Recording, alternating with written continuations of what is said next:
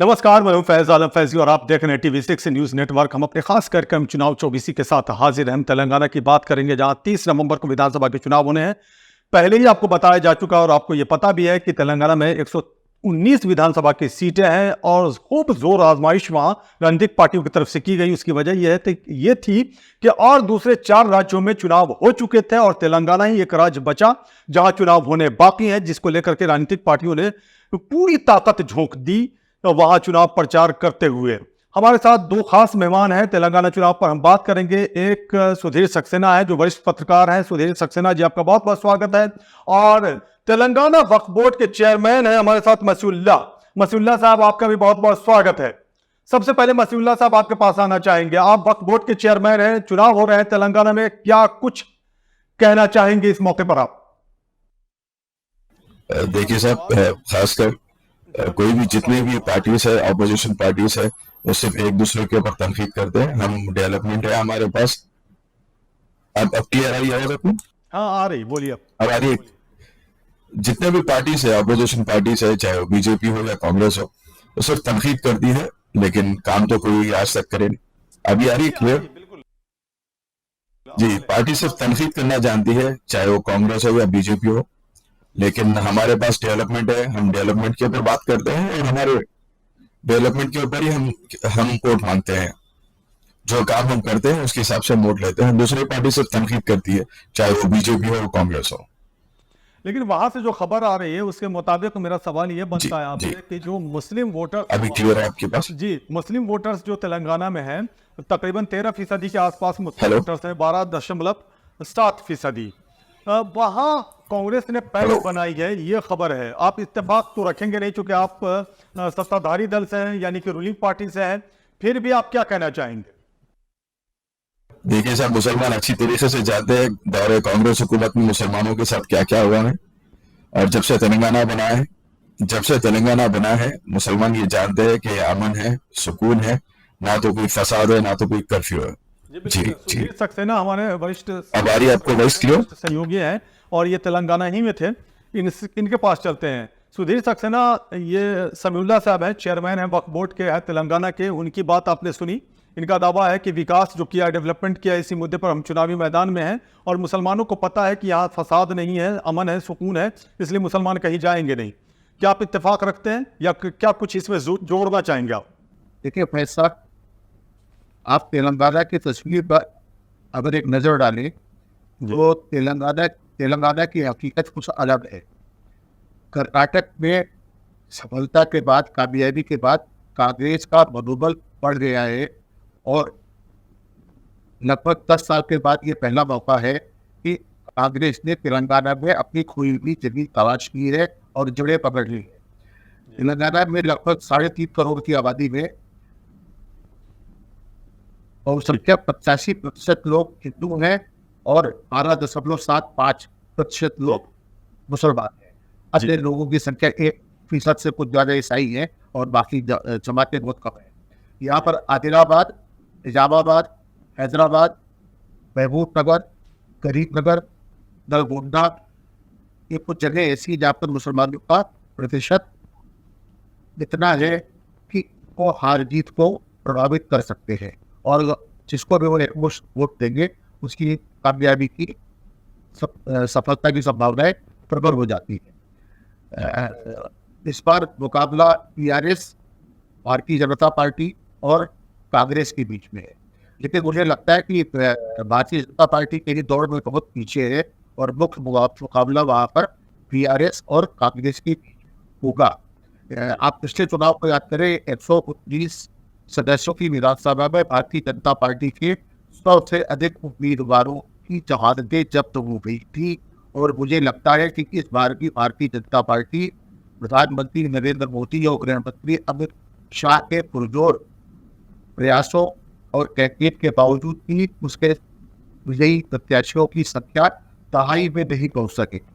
और जिस तरीके से अमित शाह और नरेंद्र मोदी वहां पर नफरत के बीज बोने की कोशिश कर रहे हैं, जैसे कुछ मुद्दे ऐसे हैं जो वहाँ मायने नहीं रखते हैं। अमित शाह ने कहा कि वो आते ही वहाँ पर हैदराबाद का नाम बदलकर भाग्यनगर कर दें या वहाँ हिंदू धर्मावलंबियों को अयोध्या तीर्थ यात्रा के लिए भेजेंगे, या मुसलमानों को जो 4% आरक्षण मिलता है उसको रद्द करके, उसको खारिज करके वो आरक्षण ओबीसी को देंगे। तो भारतीय जनता पार्टी के नेताओं का सारा प्रचार, सारा कैंपेन जो है कहीं ना कहीं हिंदुओं और मुसलमानों के बीच दरारें डालकर जी किस तरह से सत्ता में पहुंचने का है कि मुझे लगता है कि उसको कामयाबी नहीं मिलेगी, और वो लड़ाई टीआरएस और कांग्रेस के दरमियान है। राहुल गांधी जी। और प्रियंका गांधी, मल्लिकार्जुन खड़गे और अन्य लोगों ने जिस तरह से लगातार प्रचार किया है, उससे मुकाबला टीआरएस के लिए आसान नहीं है। एंटी इनकम्बेंसी भी है और अनेक ऐसे फैक्टर हैं जिसके चलते ये लग रहा है कि तेलंगाना के नतीजे बहुत दिलचस्प होंगे, अप्रत्याशित भी हो सकते हैं। वैसा सुधीर सक्सेना, जहाँ वहाँ मुस्लिम वोटर्स की अच्छी खासी आबादी है, तादाद है, खास करके कुछ पॉकेट्स में, जिसका फायदा मजलिस को भी मिलता दिखाई देता है। इस बार क्या कुछ नज़ारा देखने को मिल रहा है? मुस्लिम बिल्कुल वोटर्स जिस पॉकेट में है, वहाँ की सीटों की अगर बात की जाए तो जो है अपना दखल लंबे अरसे से हैदराबाद में बनाए हुए है, और जब तेलंगाना अस्तित्व में नहीं भी आया था, उसका वजूद भी नहीं था, तब भी हैदराबाद की कुछ सीटों से ओवैसी की पार्टी के लोग जीतते थे और ओवैसी की संसद में पहुंचे। लेकिन पूरे तेलंगाना की बात करें, जहाँ की आबादी 3.5 करोड़ के आसपास है, तो ओवैसी का दायरा बहुत छोटा है।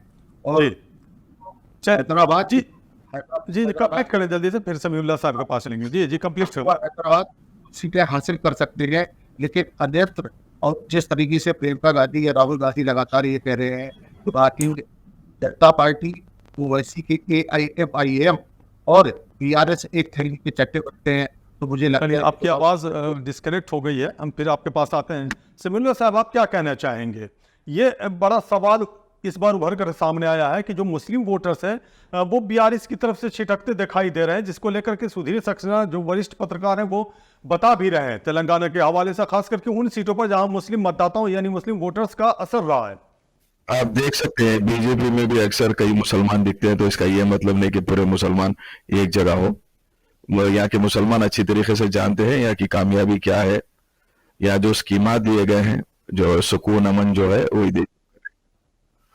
जी, यहाँ के मुसलमान अच्छी तरीके से जी जी जी क्लियर।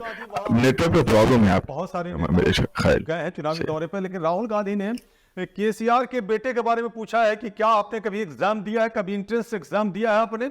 बेरोजगारी के हवाले से उनका तीखा हमला हुआ था केसीआर पे। देखिए सब ये तो एक तरफा सवाल है, आप उसके जवाब का भी तो करिए। एक तरफा सवाल हर कोई कर रहा है, और आजकल सवाल जवाब में तो इतनी ये कर लिया है कि हर कोई मस्जिद में या मंदिर में बुला के सवाल जवाब की कसम खाने के लिए क्या कहा जा रहा है, आप देख सकते हैं। और आपको मौका मिला है कि वहां की आवाम को आप एड्रेस कर सके हमारे जरिए, इसलिए ये सवाल पूछे जा रहे हैं। आप नहीं, एक आप तो सुने, एक तरफा ये सवाल लाजमी भी हो जाता है। आप वहां 10 साल से हुकूमत में है, इसलिए ये सवाल लाजमी हो जा रहा है, और आप सामने है तो आप ही सवाल करेंगे ना, क्योंकि राहुल गांधी ने ये आरोप लगाया, ये इल्जाम लगाया। मैं थोड़ी कह रहा हूँ, राहुल गांधी के हवाले से ये सवाल पूछ रहा हूँ आपसे। बिल्कुल सब, राहुल गांधी पहली बार इतने दिनों के बाद तेलंगाना आए, यहाँ का डेवलपमेंट देख के उन्होंने खुद परेशान है, इस वजह से उनको कुछ रहा नहीं गया, तो ऐसे किस्म के पर्सनल किस्म के सवालात करे। जो एक इंसान पढ़ा लिखा है उसको एग्जाम देने की क्या जरूरत है? एक चीज मेरे को बताइए आप। पढ़े लिखे लोग ही तो जो काबिल है, जो पढ़े लिखे इंसान है, केडीआर साहब, उनकी क्वालिफिकेशन, उनकी नॉलेज, उनकी डिग्रीज आप देख सकते हैं, और वैसे आदमी के ऊपर आप बोल रहे हैं कि आप एंट्रेंस का एग्जाम दिए क्या? मैं समझता हूँ कि राहुल गांधी जी सवाल करे, सवाल सोच कर करे, जो भी सवाल करे। एक पढ़े लिखे आदमी से कहते हैं कि आप अपना नाम इंग्लिश में लिख कर दिखाइए, मैं नहीं मानता हूँ ऐसी। बिल्कुल, तो उनको चाहिए ये चीज पूछना, ये चीज बताना, सोचना ये चीज कि हम क्या पूछना है। अब यहाँ की डेवलपमेंट के बारे में बोलना था, या कोई चीज की खामी है तो उसके बारे में बताना था। आप उनके साथ ये सवाल कर रहे हैं कि आप एंट्रेंस का एग्जाम लिखे क्या? उसका मतलब क्या है? ये चीज बताइए आप मुझे। ये तो राहुल गांधी ने पूछा था। कांग्रेस के अगर जुड़ जाए तो मैं उनसे पूछ लूंगा, ये सवाल कर लूंगा उनसे। लेकिन कांग्रेस का ये भी इल्जाम है कि बीआरएस और मजलिस और बीजेपी के अंदर साठगांठ है। अब बचा कुछ नहीं, सब किसी के ऊपर इल्जाम लगाने तो बीजेपी की बी टीम कही जाती है, बीजेपी से मिलाया जाता है, तो ऐसा कैसा हो सकता है? एक चीज मुझे ये एक ऐसे हुक्मरान है कि प्राइम मिनिस्टर साहब जब भी हैदराबाद आते हैं तेलंगाना को, कभी हमारे सीएम साहब उनको रिसीव नहीं करते। तो कैसा ये बी टीम में कहा जाता है, मिलाया जाता है? चलिए, सुधीर सक्सेना इसका जवाब देंगे, क्योंकि सुधीर सक्सेना ने तेलंगाना को बड़ी नज़दीकी निगाहों से देखा है, खास करके अभी चुनावी मौसम इसको लेकर के। जी सुधीर सक्सेना, समीउल्लाह साहब का इल्ज़ाम है कि एक तरफा सवाल पूछे जा रहे हैं और राहुल गांधी यूं ही इस तरह की बयानबाजी करते रहते हैं। उसे बहुत ज़्यादा सीरियस लेने की ज़रूरत नहीं है, इशारा उनका कमोबेश ऐसा ही था। क्या कहेंगे, क्या समझ में आ रही है आपको बात? देखिए, पीआरएस जो है, मेरी आवाज आ रही है? जी आ रही, बिल्कुल आ रही। देखिए, भारत राष्ट्र समिति एक क्षेत्रीय दल है और हर क्षेत्रीय दल के लिए यह लाजमी होता है कि वो तय करे कि वो केंद्र की राजनीति में किसका साथ देगी या राष्ट्रीय स्तर पर किसके साथ देगी। पिछले 10 सालों का हिसाब किताब अगर करें तो आप इस बात से इत्तेफाक रखेंगे कि पीआरएस ने किसी भी बड़े मौके पर भारतीय जनता पार्टी की सरकार की मुखालफत नहीं की। लेकिन इधर पिछले कुछ दिनों से जिस तरह लेकिन, से लेकिन ये भी सच है सुधीर सक्सेना कि कई मौकों पर मुखालफत भी की गई है। चीजें है ना, तो ये जो असमंजस या ये दुविधा जो है वो कहीं ना कहीं पीआरएस के चेयर में काम कर रही है। और लेकिन इधर पिछले कुछ दिनों से जो घटनाक्रम घटा है उससे ये जाहिर होता है कि पीआरएस और बीजेपी के बीच में फासला बढ़ गया है। लेकिन राहुल गांधी या प्रियंका गांधी या मल्लिकार्जुन खड़गे, ये तमाम लोगों का कहना है कि पीआरएस, बीजेपी और ओवैसी एक ही थैली के चट्टे बट्टे हैं। मुमकिन है कि ये बयान एक सियासी बयान हो, लेकिन राजनीति में जिस तरीके से नैरेटिव बनता है, जिस तरीके से परसेप्शन बनता है, उसके लिहाज से तेलंगाना के मुस्लिम मतदाताओं को ये तय करना होगा कि वो टीआरएस का साथ दे या कांग्रेस का साथ दे। क्योंकि मुझे लगता है कि ओवैसी का प्रचार या ओवैसी का दायरा या ओवैसी के परिधि बहुत सीमित है। इसलिए देखना दिलचस्प होगा कि लगभग 12-13% मतदाता इस बार किसके पक्ष में मतदान करते हैं। लेकिन सुधीर सक्सेना, समीउल्लाह साहब का यह कहना है कि डेवलपमेंट पे बात की जाए, डेवलपमेंट बहुत ज़्यादा हुआ है तेलंगाना में, और रोजगार के बारे में भी ये कह रहे हैं कि इस तरह की जो पॉजिटिव चीज़ें हैं उस पर बात की जाए, निगेटिव चीज़ों पे बात नहीं की जाए। तो क्या आप तेलंगाना में रहे हैं, आपने तेलंगाना को नज़दीक से देखा है, अगर जिस तरह का दावा किया जा रहा है डेवलपमेंट का, तो डेवलपमेंट आपको कैसा नजर आया तेलंगाना? इस बात में कोई शक नहीं है कि तेलंगाना में विकास हुआ है। लेकिन तेलंगाना में विकास सिर्फ 2014 के बाद नहीं हुआ है, उसके पहले हुआ है। चंद्रबाबू नायडू के टाइम में जिस तरीके से सायनाबाद अस्तित्व में आया, जिस तरीके से हैदराबाद आईटी की राजधानी बना, जिस तरह से अन्य काम हुए, उस परंपरा या उस रवायत को केसीआर ने अपनी सरकार बनने के बाद आगे बढ़ाया है। लेकिन सारा का सारा क्रेडिट केसीआर को जाता है या पीआरएस को जाता है, ये कहना मुझे लगता है कि जरूरत से ज्यादा बड़ी बात होगी। और निश्चित तौर पर मुद्दों पर बात होनी चाहिए। देखिए, भारतीय जनता पार्टी की यह पूरी कोशिश रहती है कि बात मुद्दों के बजाय गैर मुद्दों पर बात हो।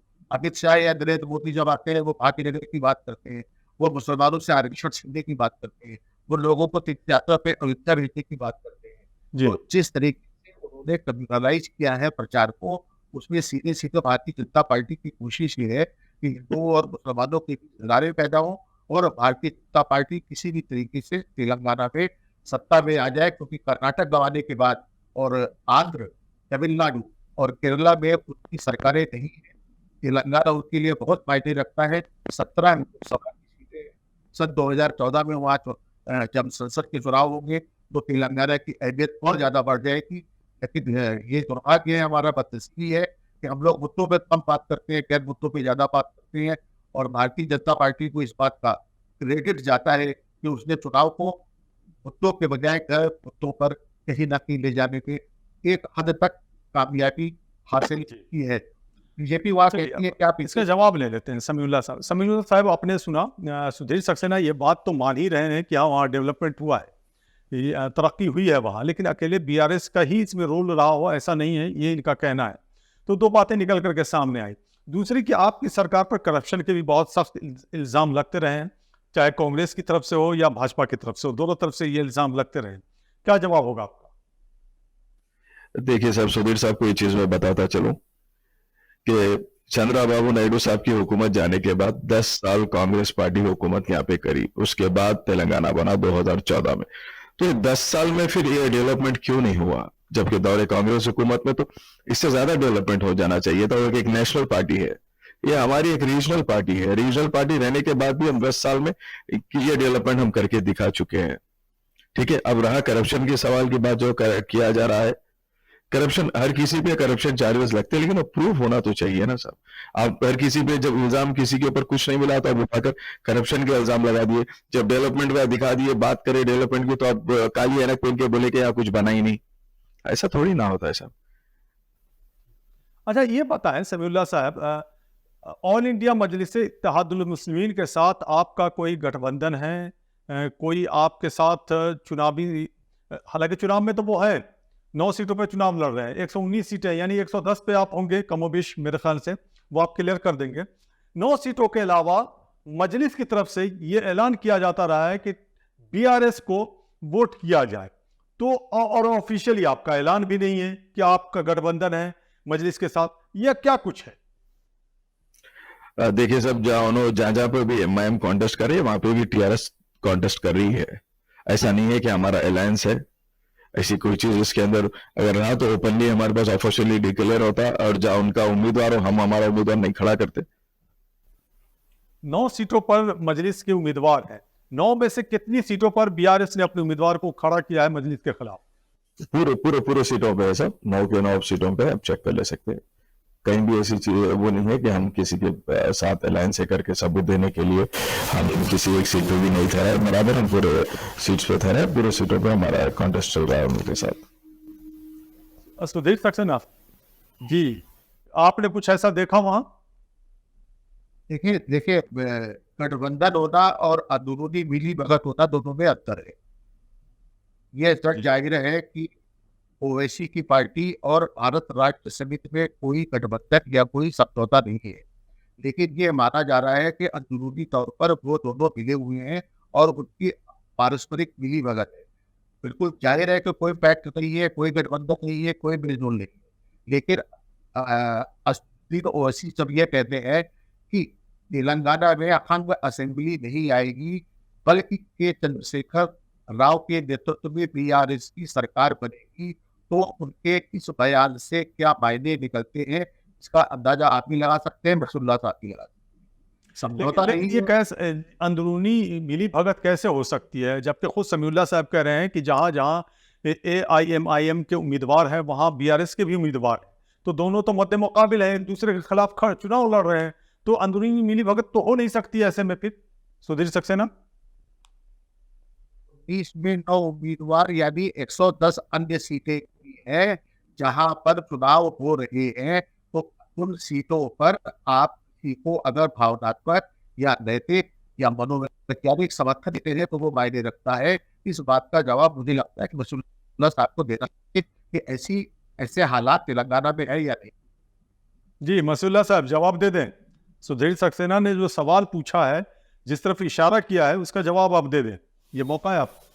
अब सुधीर सक्सेना साहब, ये आप अच्छी तरीके से जानते हैं कि कांग्रेस हमेशा ये कहलाती है कि जो सब बीजेपी और टीआरएस सब एक दूसरे की बी टीम में कहलाई जाती है।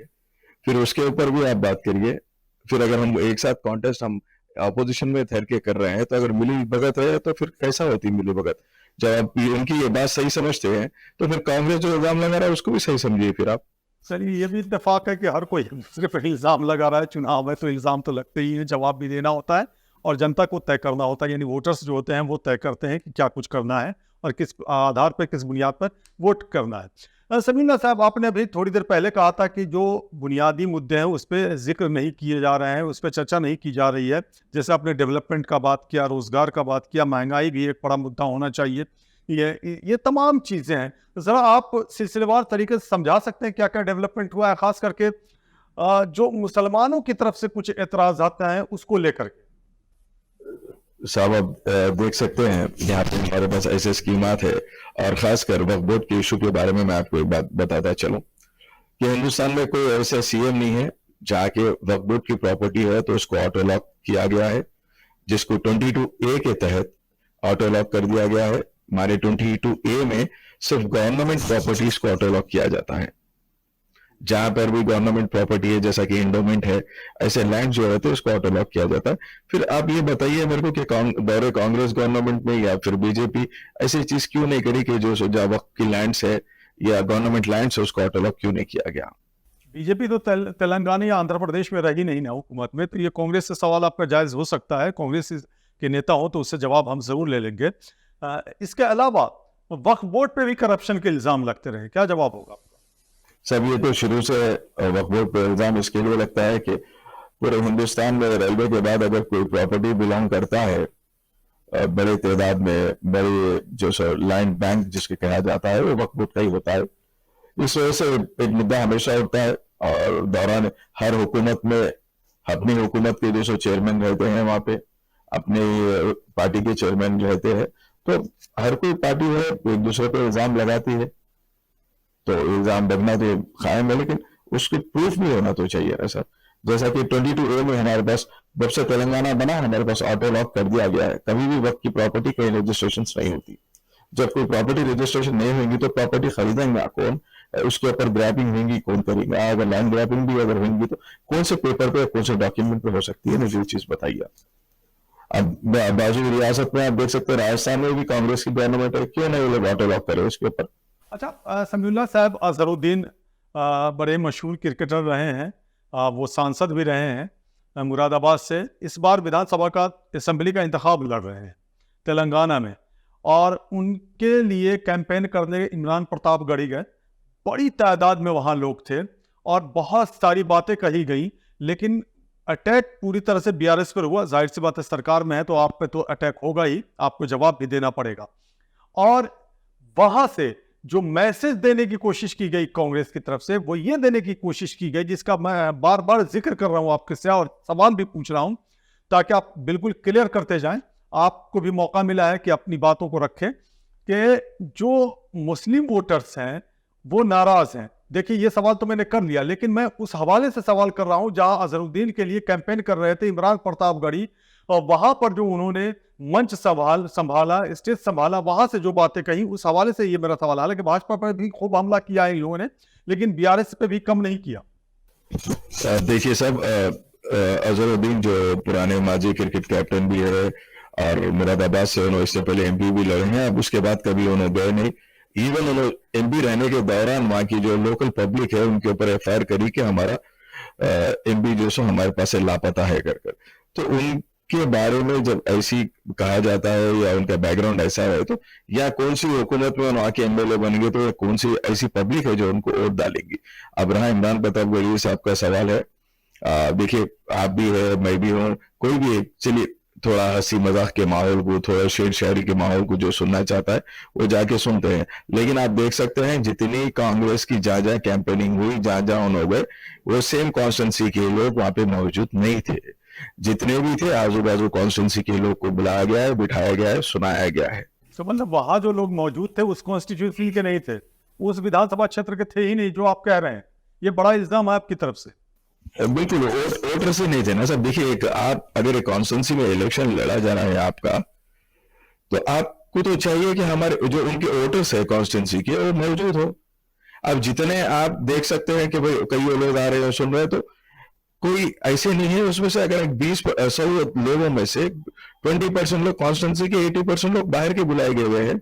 अब आप देखिए, एक मिसाल देता हूं मैं आपको, एयरपोर्ट पे ले लीजिए या रेलवे स्टेशन पे ले लीजिए, कोई जाना माना चेहरा या कोई सेलिब्रिटी अगर रहा तो कोई भी एक सेल्फी लेना चाहता, कोई भी उससे फोटो लेना चाहता, भला ही वो कोई भी कास्ट का हो। ये नहीं है कि भाई चलो अगर बीजेपी का भी लीडर है तो आदमी भर के फोटो लेना चाहता है। सुधीर सक्सेना, आपने सुन लिया समीउल्लाह साहब ने जो बातें कही हैं कि जो चुनावी कैंपेन हो रहे हैं वो एक कॉन्स्टिट्यूंसी में हो रही है, दूसरे कॉन्स्टिट्यूंसी से लोग बुलाए जाते हैं। हालांकि अक्सर ऐसा देखा भी जाता है, कोई अजूबी बात नहीं है। रोड शो प्रधानमंत्री ने किया तो ऐसा थोड़े है कि जिस कॉन्स्टिट्यूंसी में रोड शो किया होगा उसी कॉन्स्टिट्यूंसी के लोग रहे हों।